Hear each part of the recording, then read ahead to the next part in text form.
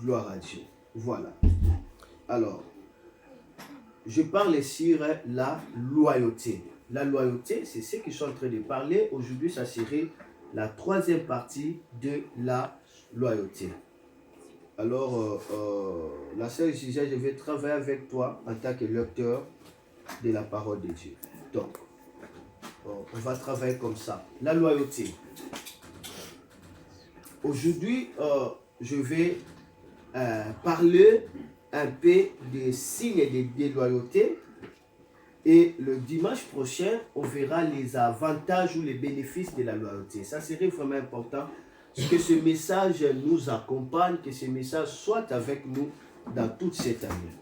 Amen. Et que cela nous accompagne même toute la vie, c'est ce que j'allais dire. La loyauté, d'abord, le mot loyauté, j'avais bien dit, ça vient de l'hébreu shalem. Shalom, ça tire de la même racine que le mot qu'on appelle shalom. Shalom. Alors, lorsqu'on parle de la loyauté, on veut dire tout simplement être entier, être complet, être parfait. C'est cela ce qu'on appelle la loyauté. C'est-à-dire quelqu'un qui est entier, quelqu'un qui est parfait, quelqu'un qui est complet. Cet homme-là, il est loyal. Et la loyauté, c'est aussi le fait de se donner entièrement, parfaitement à un homme. C'est ça ce qu'on appelle la loyauté. Voilà pourquoi il y a la loyauté selon des différents niveaux. La loyauté aussi entre les amis existe. Amen. Cela veut dire dans l'amitié, il faut qu'il y ait la loyauté. Vraiment, il faut que qu'on soit entier, qu'on soit complet, qu'on soit dévoué. Il ne faut pas trahir. Ça aussi, c'est la loyauté. Parce que la loyauté fait partie aussi de la confiance. Le fait d'être sûr, le fait d'être quelqu'un qui fait foi, ça aussi, c'est la loyauté. Alors, quand on se donne à un homme, il peut être sûr et paisible et même en paix autour de vous. Pourquoi ? Parce que vous vous donnez à un homme. Lorsque je dis c'est donner à un homme, cela ne veut pas dire que c'est sacrifier un homme. Non. Cela veut dire tout simplement, vous vous engagez vis-à-vis de lui dans une dimension de confiance, dans une dimension vraiment de relation. Alors, lorsque on se donne à un homme, directement cet homme va se trouver dans un climat de paix, climat de confiance tout autour de lui. Pourquoi? Parce que c'est ce qui produit la loyauté. Ça, c'est important.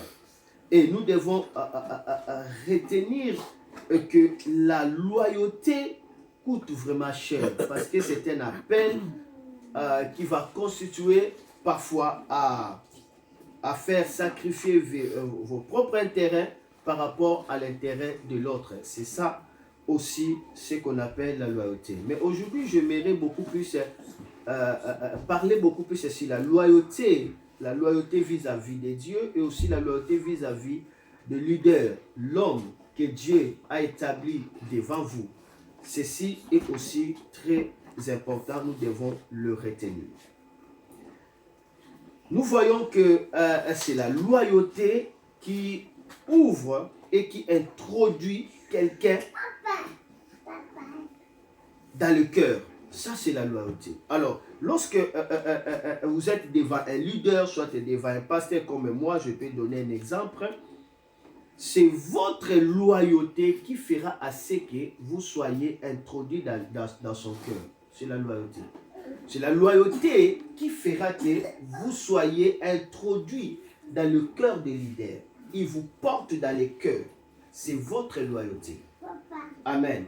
Ce n'est pas la prière, ce n'est pas des crier, ce n'est pas quoi que ce soit, mais c'est vraiment la loyauté. Et ça se passe directement. Là où il y a la loyauté, vous allez voir, votre pasteur vous porte à cœur. C'est sur le plan vraiment spirituel. Et à ce moment-là, vous allez voir que lorsqu'il y a un danger, directement il y a un signal. Le signal est là. Il peut se réveiller directement, il prie pour vous sans que vous le sachiez. Il peut se réveiller comme ça, il vous dit un mot, vous allez remarquer que ce mot-là, exactement, c'est ce que vous avez en direct. Et maintenant, ça devient pour vous une solution. Il peut juste vous appeler sans pourtant rien dire, mais à vous appeler là, après son appel, vous sentez un climat de joie vous remplir. Ou soit seulement, il peut seulement vous dire bonjour, c'est tout. Mais après cela, vous allez sentir la paix commence à se vaporiser de votre cœur. Directement, c'est comme si on a enlevé un fardeau qui était en vous. Directement, c'est comme si on a chassé des démons tout autour de vous. Et vous commencez à sentir même votre maison différente, votre chambre, votre lieu de travail différent. Pourquoi? Mais juste seulement, il m'a seulement appelé. Non, ce n'est pas seulement il t'a appelé. L'appel qui t'a appelé, il t'a mis justement en relief avec l'onction qui travaillait déjà sur vous. Donc, il ne vous a pas appelé comme ça. Il priait déjà pour vous. Il travaillait déjà pour vous. Et maintenant, lorsqu'il vous appelle, c'est comme s'il a simplement validé. Et directement, vous allez sentir cette grâce-là arrive vers vous. Waouh! Directement. Vous voyez, ça, c'est ce qu'on appelle la loyauté. Amen. C'est important. Nous voyons que Satan a réclamé de gribler Pierre comme on grible les froment. La Bible dit Jésus a prié pour Pierre. Jésus va dire à Pierre, parce que lorsque Jésus priait pour Pierre, Pierre ne savait pas que Jésus priait pour lui. Mais après, Jésus dira à Pierre, lorsque Pierre dit que non, je serai avec toi partout, je suis prêt même à mourir. Jésus va dire à Pierre, Pierre, écoute-moi. Satan t'avait réclamé pour te gribler comme on grible un froment, mais moi j'avais prié pour toi pour que ta foi ne faille point. Mais il y aura un jour où tu seras converti, affermis tes frères. Donc, Jésus n'a pas entendu que Pierre soit parfait, d'accord, pour qu'il puisse les soutenir. Il dit quand il sera converti. Donc à ce moment-là, Pierre n'était pas encore converti. Amen. Il était apôtre. Il a chassé même des démons, mais il n'était pas encore converti. Il était toujours Simon. Il était toujours Simon. C'est pourquoi il dit Simon, Simon. Vous voyez, quand est-ce qu'il sera converti? Lorsqu'il cessera d'être Simon pour devenir qui? Pierre. D'accord. Parce que Simon veut dire tout simplement poussière. Pierre veut dire roc. Jésus l'avait dit que non, toi, tu es Pierre. Tu n'es plus Simon qui vacille ça et là, mais tu es roc. Mais cela n'est pas encore manifesté. Mais lorsque tu seras converti, dès que vraiment tu vas changer, tu quittes les Simon pour devenir Pierre, à ce moment-là, affermir tes frères. Donc vous allez voir que même pour affermir quelqu'un, vous-même, vous devez passer par la conversion. Notre conversion en tant que des enfants de Dieu, c'est la transformation. La Bible dit, soyez renouvelés, transformés par le renouvellement de l'intelligence. C'est là notre conversion. Est-ce que je peux avancer? Amen. Mais on va voir que Jésus avait déjà prié pour Pierre. Il dit, Satan est venu pour te gribler, il a prié. Mais pourquoi Jésus a prié, a pris le temps pour prier pour que la foi de Pierre ne tombe pas? C'est la loyauté. Pierre a manifesté beaucoup de signes de la loyauté. Lorsque Jésus a parlé dans Jean chapitre 6, la Bible dit qu'il y avait 72 disciples, 72 disciples. Ils ont fui. Et la foule aussi ont quitté Jésus et puis ils restaient avec les 12. Donc Jésus avait 72 disciples. Il avait 12 disciples aussi, d'accord. Et dans les 12 disciples, il avait 3 disciples qu'on appelle les colonnes de l'église. Jean, Jacques et qui? Et Pierre. D'accord. Donc il y a toujours des degrés par rapport à la vie chrétienne. Des degrés, ça serait toujours. Mais nous allons remarquer ceci, que lorsqu'ils ont fui, maintenant Jésus regarde aussi les 12. Il dit, mais alors vous, qu'est-ce que vous attendez pour fuir? Pierre va prendre la parole, il dit que maintenant, où irai-je encore? C'est toi qui es la parole de vie. C'était Pierre qui avait parlé. Mais bien que tous les 12 étaient d'accord, mais Pierre qui avait parlé. Donc, Pierre a été introduit dans le cœur du Seigneur Jésus. Jésus devait porter son fardeau pour le soutenir à cause de la loyauté. Parce que plus tard, Jésus appellera Pierre pour dire que Pierre, m'aimes-tu? Pierre dira, Seigneur, tu sais que je t'aime. Il va dire encore, Pierre, m'aimes-tu? Il dit, Seigneur, tu sais que je t'aime. Lorsqu'il dit pour la 3e fois, Pierre a pleuré. Jésus lui dit, paie mes brebis. Donc, nous voyons que Pierre était qualifié comme un disciple qui aimait beaucoup le Seigneur Jésus. Mais par contre, l'apôtre Jean était qualifié comme un disciple que Jésus aimait. Amen. Amen. C'est la différence. Mais Pierre va laisser la clé à qui? Jésus va laisser la clé à qui? À Pierre. Amen. Amen. C'est la loyauté. Amen. Amen. Donc la loyauté créera un climat de confiance. On vous laisse la clé. On est tranquille. On est dans la paix. Ça, c'est un signe de la loyauté. Amen. Amen. Alors, lorsque on entre dans la loyauté, on doit faire mourir ses propres égos.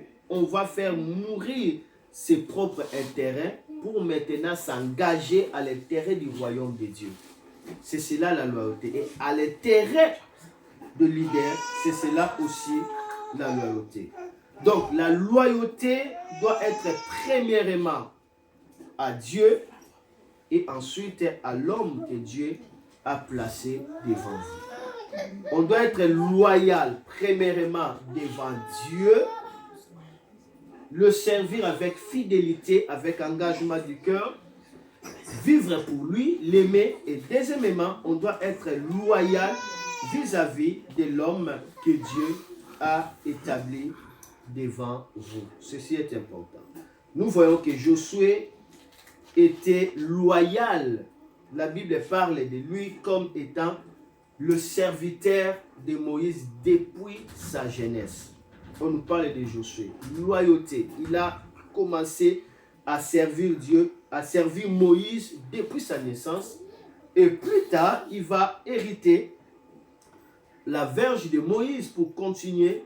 Et on va commencer à l'appeler serviteur de l'Éternel. Mais au début, ce n'était pas comme ça. J'aimerais que nous lisons. Lisons-nous, s'il vous plaît, quand même une portion d'écriture avant d'avancer. C'est dans le livre de Nombres, chapitre 11, le verset 28. Qu'est-ce que la Bible nous dit? Nombre 11, verset 28. Alors,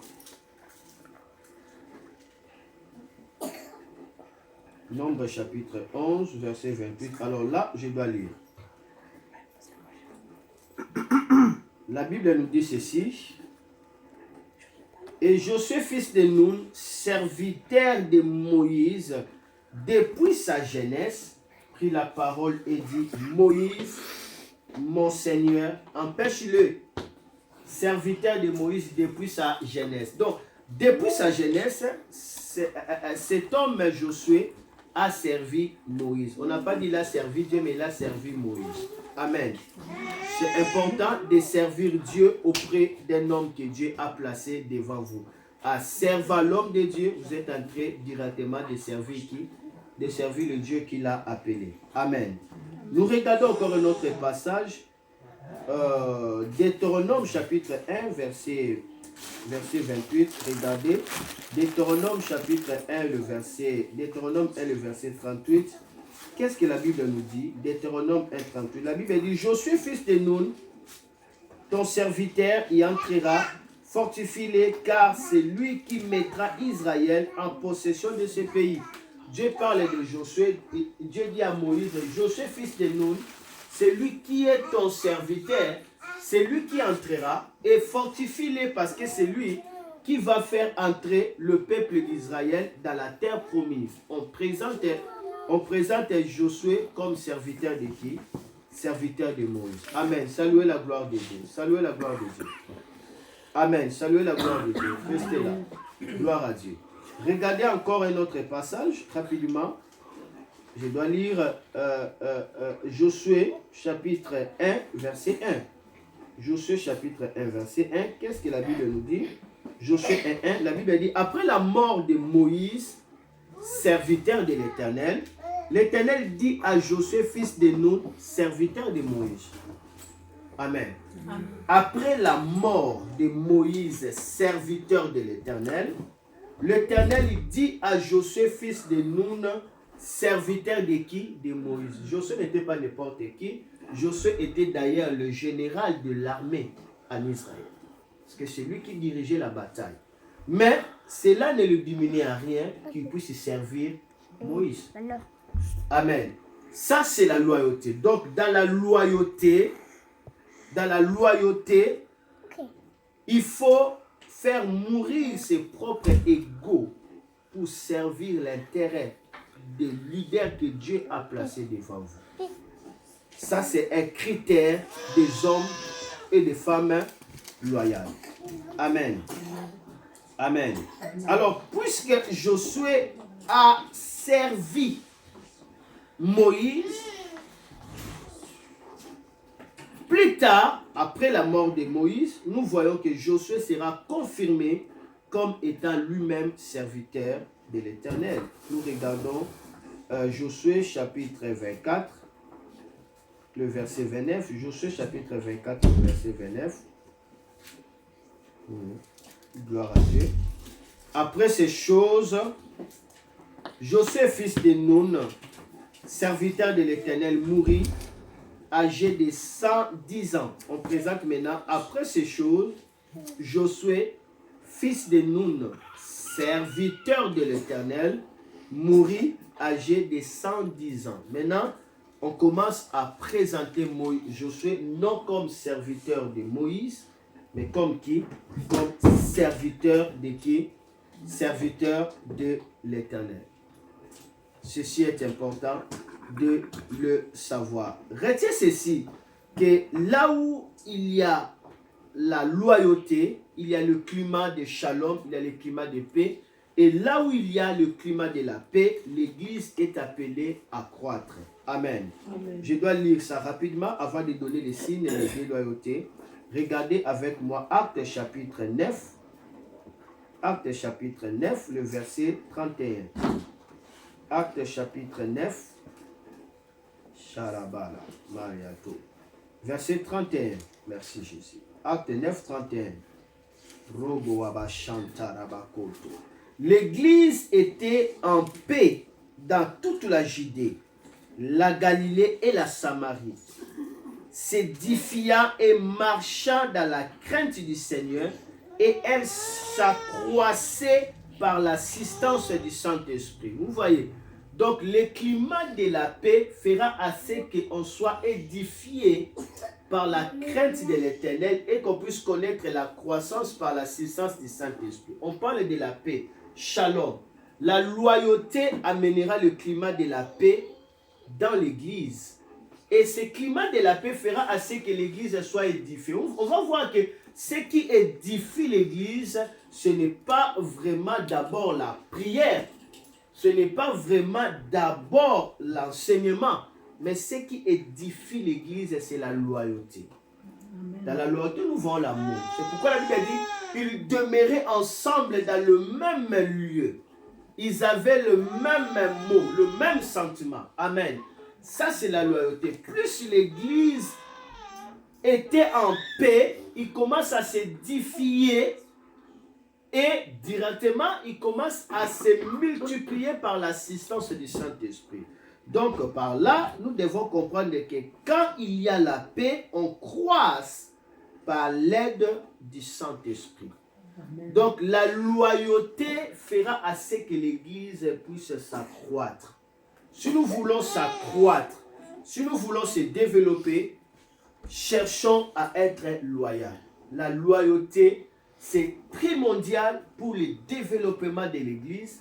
C'est primordial pour la paix de l'Église. C'est primordial pour que le Saint-Esprit commence à faire croître l'Église. Même dans la famille. Là où il y a la loyauté, il y aura la paix et il y aura la croissance. La loyauté permet à ce que Dieu puisse vous soutenir. Amen. Donc nous avons besoin de la loyauté. Même dans l'amitié, là où il y a la loyauté, cette amitié sera basée par le climat de la paix et ils vont se développer. Même dans le travail, même partout, même dans les écoles, nous avons besoin de la loyauté. Mais ici, je parle beaucoup plus de l'Église.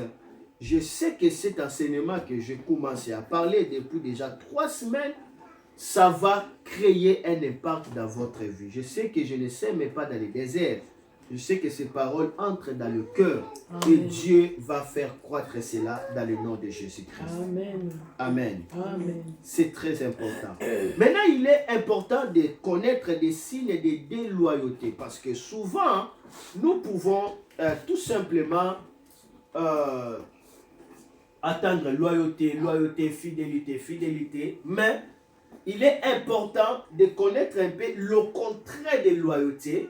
Avec les critères de contrôle de loyauté, on saura réellement est-ce que je suis loyal ou je ne suis pas loyal. Parce que celui qui a la base de la déloyauté, cette personne-là ne va pas prospérer, ne va pas jouir le shalom de Dieu. Alors, nous avons besoin de la loyauté parce que c'est la pensée de Dieu. Dieu lui-même, c'est un Dieu de loyauté. Il est fidèle comme j'avais dit.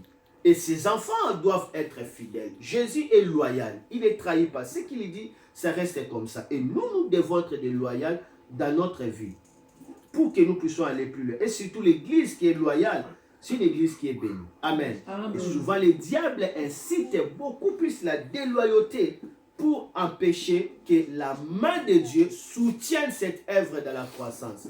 Là où il y a la déloyauté, l'église ne va pas croître. Je peux donner un exemple. Nous venons de lire, nous tous ici, Actes chapitre 9, verset 31. Je recommence à regarder Actes 9, 31. La Bible dit, l'église était en paix dans toute la Judée, la Galilée et la Samarie, s'édifia et marcha dans la crainte du Seigneur et elle s'accroissait par l'aide du Saint-Esprit. Le premier critère, d'abord la paix, il était en paix. La paix ici, c'est le shalom, shalem, loyauté. Amen. Amen. Cela ne veut pas dire que non, il n'était pas tenté. Non, la paix ici qu'on est en train de dire, c'est le shalom que l'église vivait dans la loyauté. Le climat de paix, le climat de confiance, là où il n'y a pas de soupçons, il n'y a pas de critiques, là où il n'y a pas, les gens sont hésitants. Donc pour faire, il faut que seulement les pasteurs disent de le faire. Vous voyez, là c'est un climat de map de paix. Mais là où il y a la loyauté, on va voir la croissance sera là, l'affermissement sera là et l'assistance du Saint-Esprit. C'est pourquoi j'allais donner un exemple clair de la loyauté. Je donne un exemple clair de la loyauté. Lorsque maintenant, la loyauté c'est la fidélité, n'est-ce pas? Je peux donner l'exemple. Si maintenant le pasteur s'élève, il vous dit, attention, ces derniers temps, famille, priez pour l'esprit des morts. La mort dans toutes ses formes. Je dis ça. Amen. Amen. Je suis leader, je suis père, j'ai dit. Maintenant, là où il y a la loyauté, vous allez remarquer, il y aura le shalom. Le shalom quoi? Les gens doivent prendre ça au sérieux. Notre pasteur nous a dit, il y a l'esprit des morts. Nous devons prier. Vous allez voir, les gens commenceront à faire quoi? L'église commenceront à prier. Alors que l'église prie comme ça, l'église est loyale, il y aura la paix qui va commencer à régner et le plan du diable sera détruit. Mais quand il n'y a pas assez de loyauté, le pasteur dit, après, les gens vont oublier. Ce qui fait que les gens oublient, c'est la déloyauté. Les gens oublient. C'est-à-dire, il ne tient pas, il n'est pas sûr et certain de ce que le pasteur dit. Vous voyez, parce que dans la loyauté, on dit que c'est être sûr et certain. C'est la confiance. Quand on est confiant, on obéit. Amen. Ça, c'est ainsi. Partout où il y a la loyauté, vous allez voir que les choses vont marcher. Amen. Amen. Je peux me venir ici, je dis, attention, ces derniers temps, vous devez prier pour les enfants parce que j'avais vu la mort. Vous voyez, ça dit, le pasteur ne parle pas par sentiment. C'est-à-dire, il entend Dieu et il vient, il dit. Amen. Maintenant, là où il y a la loyauté, le peuple fera quoi? Oh! Le pasteur dit de prier, il y a la mort. Directement, le peuple commence à prier contre la mort. Il commence même à dire à leurs familles, qui peuvent être même en Afrique, même dans certaines provinces. Attention, notre pasteur avait dit il y a la mort. Vous allez voir que cette flamme, ça va se répandre de partout. Directement, ça va engendrer quoi? La paix. Pourquoi? Parce qu'il y a le climat de quoi?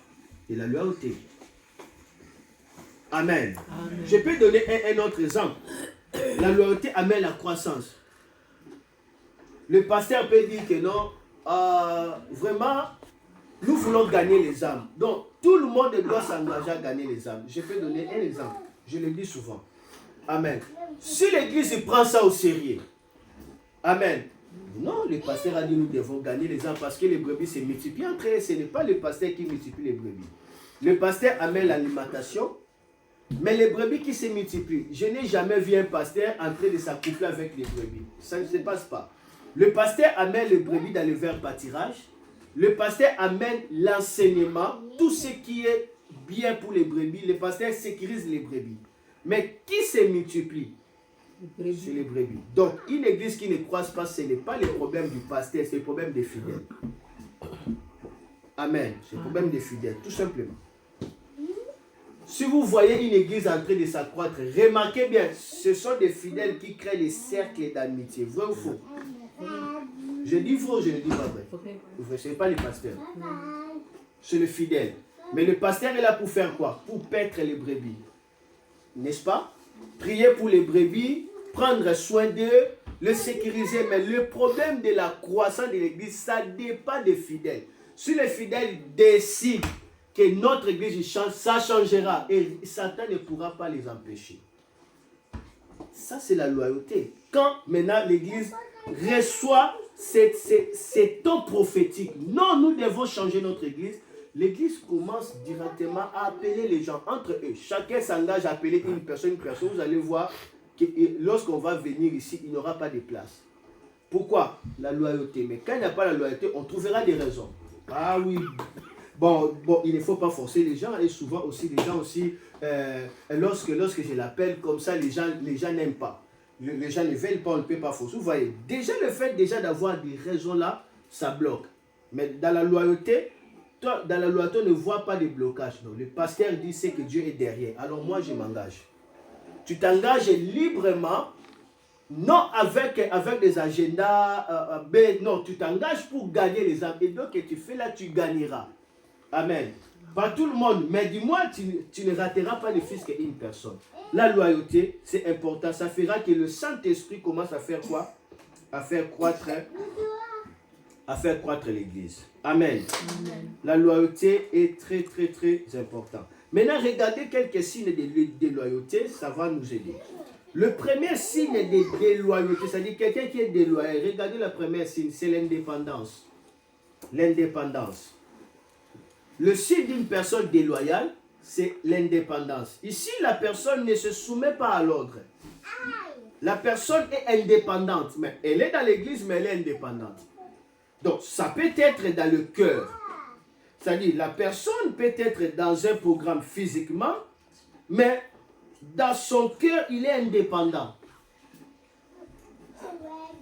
Vous allez voir que la personne est là physiquement, mais il est indépendant dans son cœur. Son cœur n'est pas avec nous, mais la personne est là.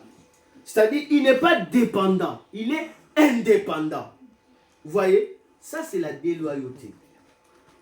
Dans l'église du Seigneur, il n'y a pas des indépendants. Non, il n'y a que des dépendants. Amen. Amen. Et maintenant, cet esprit-là, ça contamine les groupes, ça casse l'atmosphère de l'unité. Et ici, la personne vient avec une déviation, avec une contradiction. Il peut dire, peut-être le pasteur peut dire que non, eh bien, soit un leader, soit un pasteur, il peut dire que non, nous allons gêner samedi. D'accord, il dit ça. Soit un leader de groupe, il dit, nous allons gêner samedi. Soit le pasteur dit, nous allons gêner samedi. Maintenant, déjà indépendant, ils vont dire quoi? Il dit, ah, d'ailleurs, moi j'avais déjà gêné lundi et mardi, hein. Donc moi je ne gênerai pas.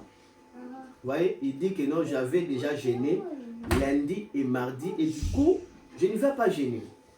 Il est là, mais il n'est pas du cœur. C'est-à-dire, il n'est pas uni, il est indépendant, il n'est pas dépendant. Et cette attitude, ça communique les groupes et ça empêche que des choses avancent. C'est la déloyauté, tout simplement. Vous voyez, dans la loyauté, lorsqu'on dit, tout le monde sont d'accord. Ok, nous allons avancer, nous allons gêner. Même si tu avais gêné, mais parce que le leader dit qu'on va gêner, tu gênes. Amen. Ça dit vous avez le même pensée, le même mot. Amen. C'est important. Lorsque nous regardons l'histoire des fils de David, Adonijah, les généraux, les Joab, ça c'est le site de déloyauté. Je peux donner l'exemple, ça se trouve dans 2 Samuel chapitre 18. Lisez le verset 5 à partir de 14 à 17. Qu'est-ce qui se passe ici? Absalom, le premier fils de David, a fait la rébellion. Ce qu'il avait fait n'était pas bien, Absalom. Il s'est rébellé et directement les ennemis de l'Israël, les ennemis des Juifs viennent pour combattre les Juifs. D'accord. Et il y avait une armée maintenant qui devait s'engager pour repousser les ennemis du royaume de David, c'est-à-dire la famille de Saoul. Mais qui a causé ça? Le propre fils de David, du nom de qui? Absalom. Et David va dire, Joab, il était le général, il dit, Joab, doucement avec mon fils Absalom. Doucement avec mon fils Absalom. Ne mets pas la main sur lui.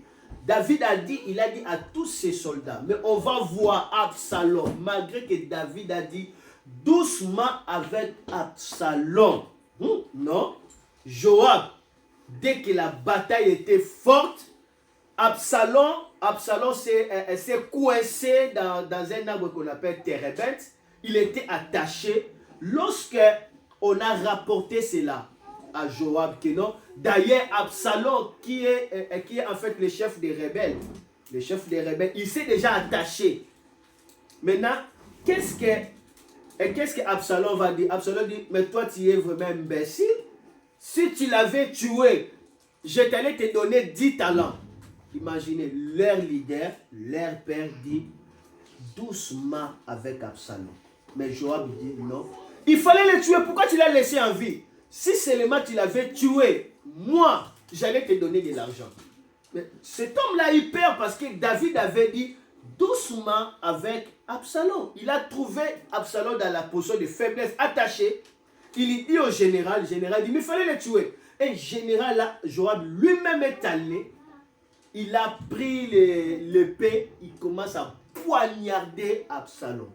Absalom tomba et il appela encore d'autres personnes, il commence à les massacrer. Absalom était mort. D'accord?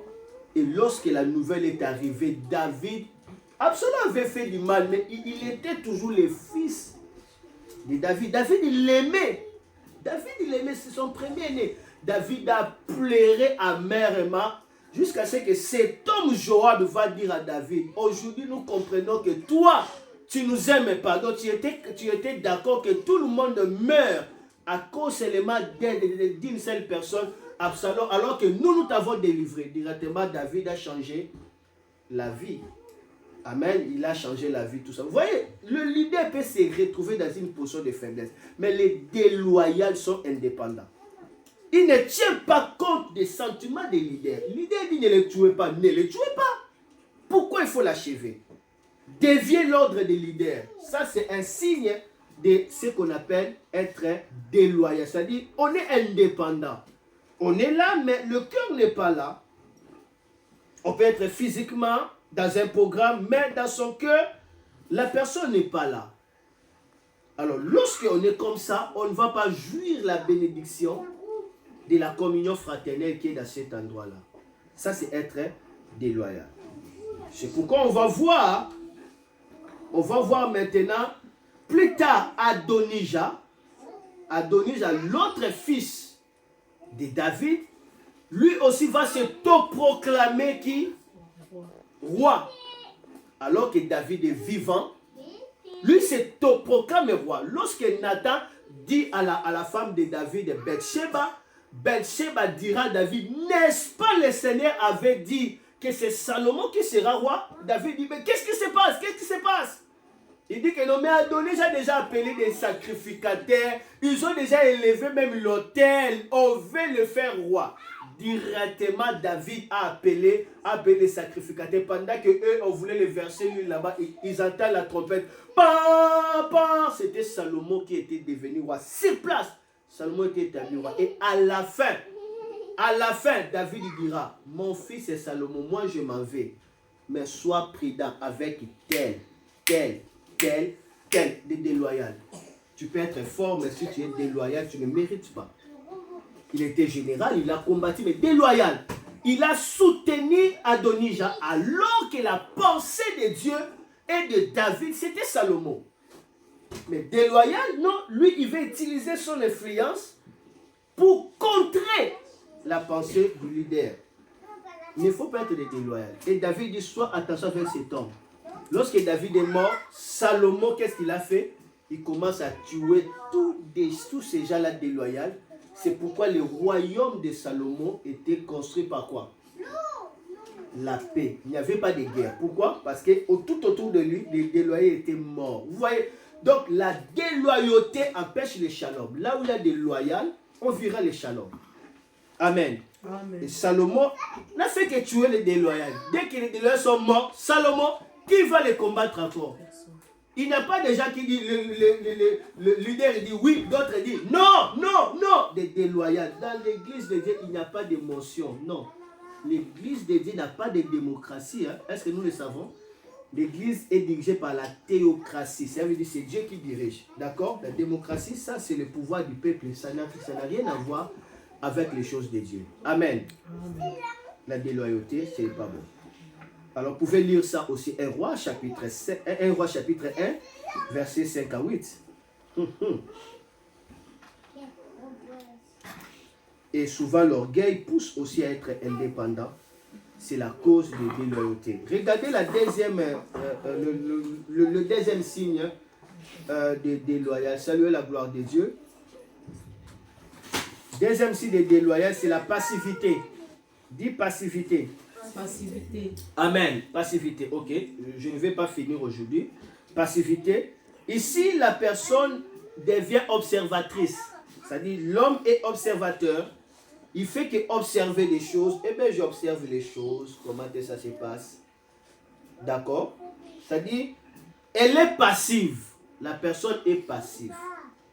C'est-à-dire, tout le monde est sur le train de mettre la main dans la pâte, mais lui, il observe d'abord. Et d'ailleurs, vous n'avez pas de discernement. Vous êtes vraiment comme des brebis comme ça. Hein? Si le pasteur dit comme ça, vous avez. Mais non, vous devez être des brebis. Vous voulez être quoi? Vous devez être quoi? D'ailleurs, une bonne église, il faut. Zala mondimi a passé. Passer dans le biloba, oui, amen. Osa mondimi. Amen. Zalande mondimi. Donc, lorsque le fidèle est mondimi, est croyant, l'onction descendra, l'église va aller plus loin. On est des mandimi. Amen. Amen. C'est bon. Parce que mais tout ça va même. Oui. Tout ça va même. Il faut pas même yo. Amen. Amen. Il faut pas même mot. Maintenant, si on ne te conduit pas, tu seras perdu parce que le principe de la bergerie est que le brebis se perd toujours. Il faut qu'il y ait un pasteur pour lui montrer quoi? Le chemin, c'est ça. Nous allons même. Amen.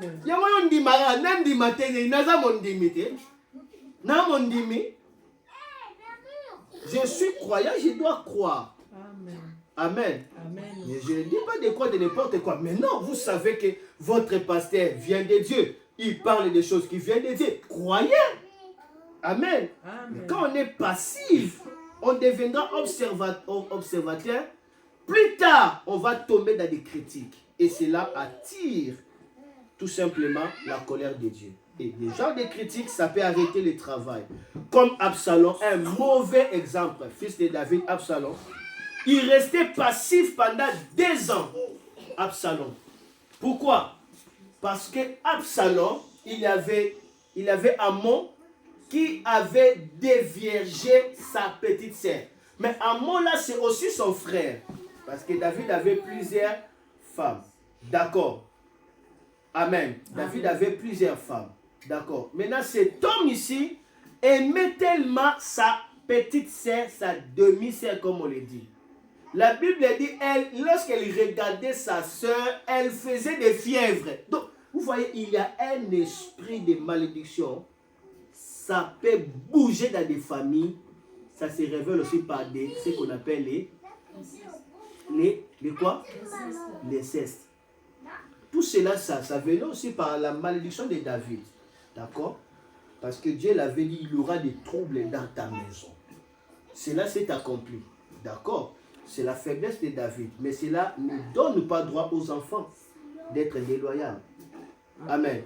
Maintenant, Absalom le premier était en colère parce qu'on a déviégé sa soeur. Il garda cela et il se met à l'écart. Il devient passif. Il n'assistait pas. Il n'assistait pas dans le cours royal. Lui, toute la famille était ici, mais lui était à l'écart. Pendant combien d'années? 2 ans passif. Comme conséquence, il a tué. Il devient déloyal. Plus tard, il deviendra rebelle. Donc, la passivité vous ouvrira toujours des portes à être rebelle, à être déloyal. Parce que vous ne pouvez pas être passif et ne pas critiquer. Si vous êtes passif, vous ne faites pas partie, l'esprit de critique entrera en vous parce que vous êtes séparés. Vous n'êtes pas dans l'unité. Directement, lorsque vous êtes séparés, vous serez la cible du diable. Est-ce que vous savez que le prédateur, à l'exemple de lion léopard, lorsqu'il attaque l'antilope, quelle est l'antilope qui sera victime? La cible, c'est l'antilope qui s'écarte. En courant, il s'écarte du groupe, n'est-ce pas? C'est celui-là que le lion va le poursuivre parce qu'il est seul. Mais quand il est dans le groupe, le lion n'arrive pas à le poursuivre.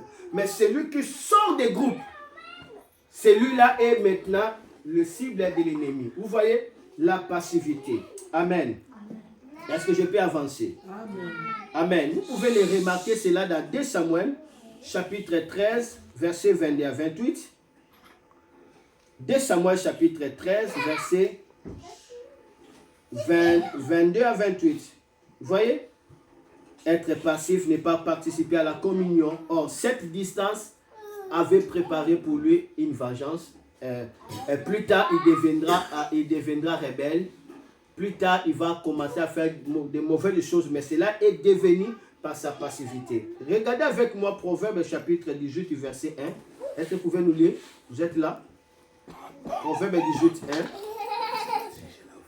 Si ce n'est pas prêt, je peux lire. Amen. Proverbe chapitre 18, le verset 1. Et puis, lisons aussi le verset 9. Je dois lire. Proverbe 18, 1. Aussi le verset 9. Si vous êtes là, vous le lisez. Si ce n'est pas, moi je lis. Proverbe 18, 1. Cela montre que tu as fait un bout de temps, tu ne lis pas la Bible. Hein? C'est pourquoi tu commences à aller chercher ça de gauche à droite. Ok. Je lis Proverbe 18, verset 1. La Bible dit ceci. Celui qui se tient à l'écart cherche ce qui lui plaît. Il s'irrite contre tout ce qui est sage. Est-ce que je peux répéter? Amen. Celui qui se tient à l'écart cherche ce qui lui plaît et il s'irrite contre tout ce qui est sage. La passivité va vous amener à s'irriter contre tout ce qui est sage. Mais vous allez voir ça comme mauvais alors que c'est la sagesse. Pourquoi? Parce qu'on est passif, on est à l'écart. Maintenant, on commencera à chercher que tout ce que on l'aime et c'est dangereux. Et regardez le verset 9. La Bible dit, celui qui se relâche dans son travail est frère de celui qui détruit. Celui qui se relâche dans son travail est frère de celui qui détruit. La passivité. C'est un signe de déloyauté. Amen. Et l'autre signe de déloyauté, avant-dernier pour clôturer aujourd'hui, parce qu'on va continuer l'autre dimanche, c'est le critique. Le critique. Amen. Des personnes passives ne restent pas toujours des passifs, mais ils deviennent plus tard des critiques. Des gens, c'est-à-dire, je ne sais pas si on appelle ça quoi, des gens qui critiquent. On dit des critiqueurs. Non. Est-ce qu'on les dit? Non, on dit que des critiques. Amen. Ils deviennent des critiques parce qu'ils étaient passifs. Après un temps, ils vont céder à ce qu'on appelle les critiques. Et si l'homme commence à voir les fautes des leaders à chaque fois, je dis bien à chaque fois, vous voyez que des fautes des leaders, sachez que le diable veut de vous ouvrir les yeux. Et quand le diable vous ouvre les yeux pour commencer à connaître la connaissance des biens et des mal, vous êtes libre. Laissez Dieu vous ouvrir les yeux. Vous serez aveugle vis-à-vis du mal. Mais quand Satan vous ouvre les yeux, vous serez clairvoyant vis-à-vis du mal. Vous allez voir le mal. Alors, les critiques permettra que le diable vous ouvre les yeux. Et là, tout ce que vous allez commencer à voir, ça serait que des faiblesses de votre leader. Amen. Vous allez commencer à voir des fautes. Et à chaque fois, lorsque vous commencez à voir ça, si ça persiste, ça va vous pousser à faire quoi? La rébellion. Amen. Nous voyons Satan commence à voir des fautes de Dieu. Est-ce que Dieu a des fautes? Mais Satan a vu des fautes de Dieu. Pourquoi? Esprit critique. Il commence à voir des fautes de Dieu. Ah, Dieu n'est pas juste, Dieu est méchant. Ah, pourquoi c'est le mal? Critique. Un peu plus tard, il devient qui? Il devient rebelle et cela lui a changé le nom. Il n'est plus Lucifer. Il devient Satan maintenant. Il devient diable. Regardez avec moi Nombre chapitre 12, verset 1 à 3. Vous pouvez lire ça à la maison. Nombre 12, 1 à 3. Vous allez voir Myriam et Aaron commencent à critiquer qui? Moïse. D'accord. Et retiens ceci, à chaque fois qu'on critique le père de la maison, à chaque fois qu'on critique le leader que Dieu a établi devant vous, sachez que Dieu attendra toujours cela. Dieu sera très sensible, Dieu écoutera tout à cela. Le leader ne peut pas écouter, mais Dieu écoutera. Amen. Amen. À chaque fois qu'on critique. Et Dieu va répondre. Il répond toujours. Donc, si vous avez l'œil critique, vous verrez que les imperfections autour de vous. Amen. Vous allez vous sentir comme étant que vous êtes inception. Et vous allez souffrir des sentiments de rejet. Pourquoi? Parce que vous voyez des imperfections, ça va commencer à vous faire sentir comme si vous êtes exceptionnel. Alors là, quelque chose va se développer en vous, c'est quoi? Les sentiments de quoi? De rejet vis-à-vis de vous. Vous commencerez à vous sentir comme étant, vous êtes rejeté, vous êtes abandonné, vous êtes humilié. D'accord? Ou soit on ne fait pas attention à vous. Alors que non, tout a commencé par des critiques et ça a cédé à l'œil critique. 2 Samuel chapitre 15, le verset 1 à 4. Permettons-nous de lire un peu ça. 2 Samuel chapitre 15, verset 1 à 4. Après, je dois lire les derniers critères et puis je termine aujourd'hui par là. On va continuer d'autres parce que si on pompe, ce n'est pas bien aussi. On doit digérer le message. 2 Samuel chapitre 15, verset 1 à 4. Regardez ce que toujours cet homme Absalom va faire. Après cela, Absalom se procura un char et des chevaux et 50 hommes qui couraient devant lui. Il s'est levé de bon matin et se tenait au bord du chemin de la porte. Et chaque fois qu'un homme ayant une contestation se rendait vers le roi pour obtenir un jugement, Absalom l'appelait et disait: de quelle ville est-il? Lorsqu'il avait répondu: je suis d'une telle tribu d'Israël, Absalom lui disait: vois, ta cause est bonne et juste, mais personne de chez le roi ne te l'écoutera. Vous voyez? Les gens viennent voir le roi. Absalom a amené 50 personnes avec des chars. Il cherche la gloire à lui-même. Voyez? Les gens viennent: hé, monsieur, viens ici. Le roi ne va pas te juger. Ta cause est déjà juste. Il fait comme ça tout simplement pour attirer la sympathie des gens. Or, c'était l'égarement total qu'a faisait Absalom. Plus il faisait comme ça, il commence à se sentir rejeté lui-même. D'accord? Et parce que c'est ça rejeté, qu'est-ce qu'il va faire? Il va maintenant appeler les ennemis de David pour monter la rébellion que papa Koufa Kaka, Koufa, Nganakomarwa, il veut tuer directement son père. Alors que c'est lui qui devait être roi. Il veut tuer son père directement. Pourquoi? Parce qu'il a développé ce qu'on appelle quoi?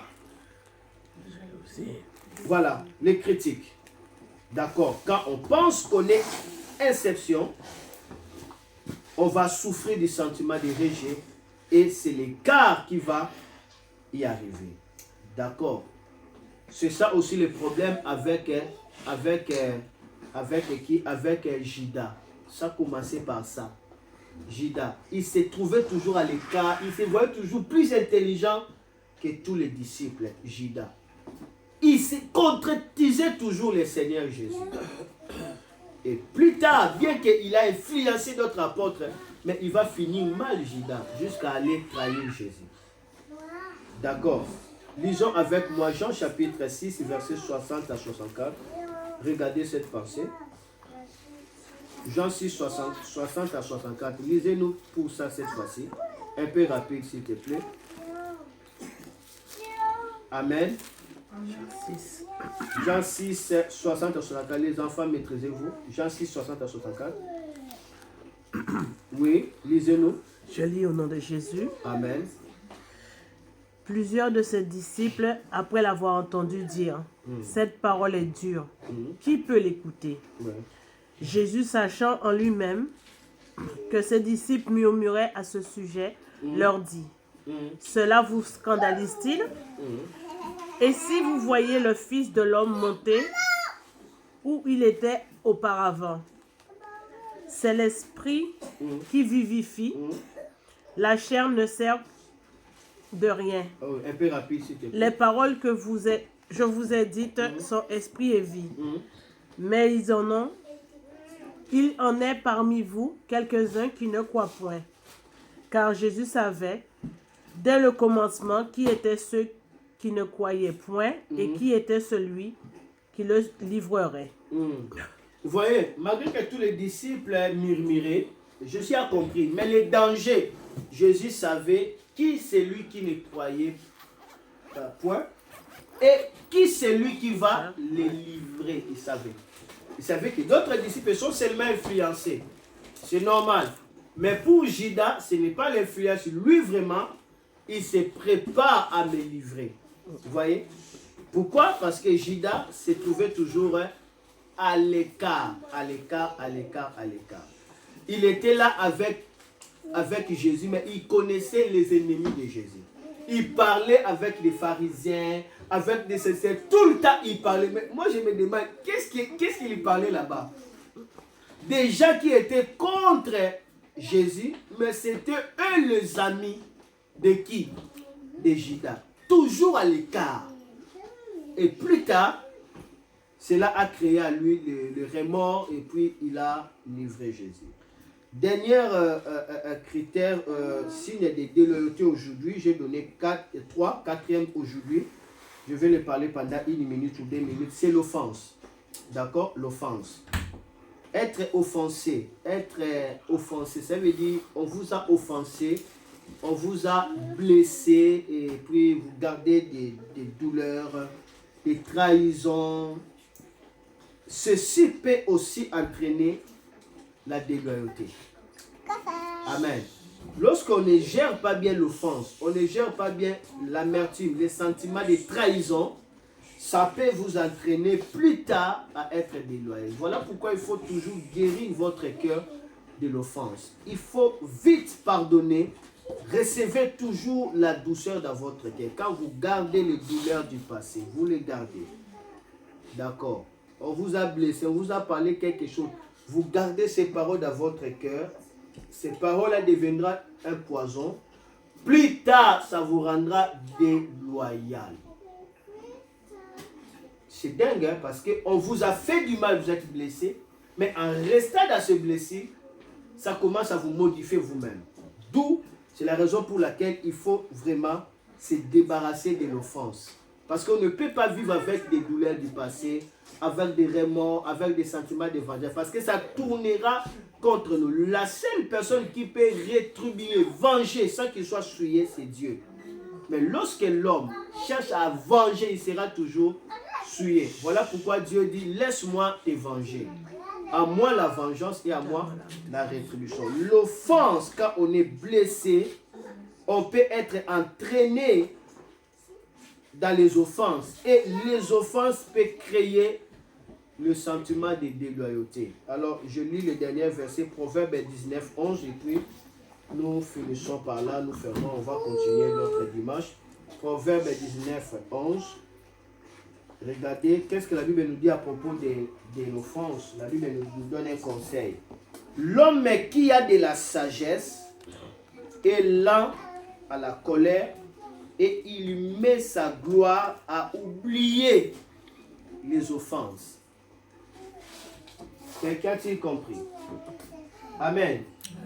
Répétez cela. L'homme qui a de la sagesse, est lent à la colère. Et il met sa gloire à oublier les offenses.